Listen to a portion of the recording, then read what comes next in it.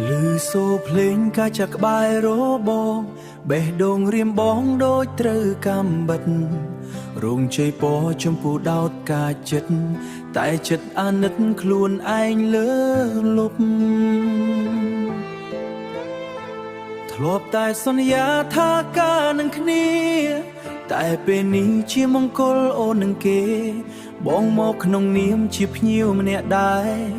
ដែលធ្លាប់ថ្នមថែអូនកាលពីមុន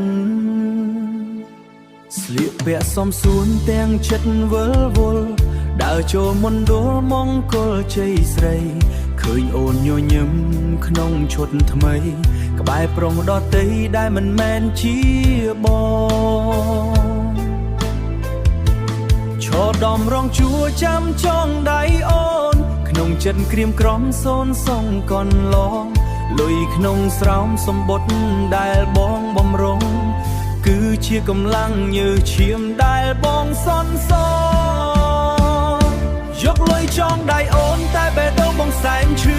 មិនហ៊ានបាញ់ចេញសូមបីសូសំលេងយំជូនពរមាសមេឲ្យមានសុខមង្គលចងដឹងទេនួនអងថាបងឈឺប៉ុណ្ណាលុយដែលចងដៃជាកាដូបញ្ជាក់ថាលុយដែលចងដៃជាការបងគ្រប់យ៉ាងដើម្បីអូនមានវាសនា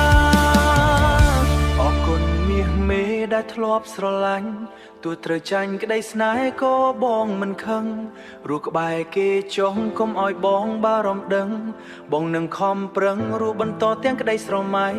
លុយចងដៃនេះឲ្យអូនទុកចាយសាំងគ្រួសារថ្មីកុំឲ្យខ្វល់ខ្វាយពីបងឡើយយកលុយចងដៃអូនតែបេះដូងបងសែនឈឺ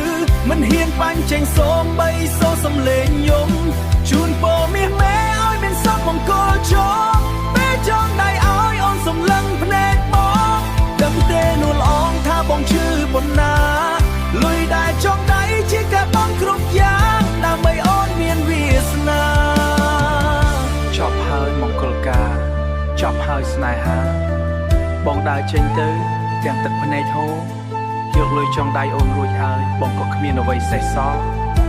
លាហើយម្ចាស់ចិត្ត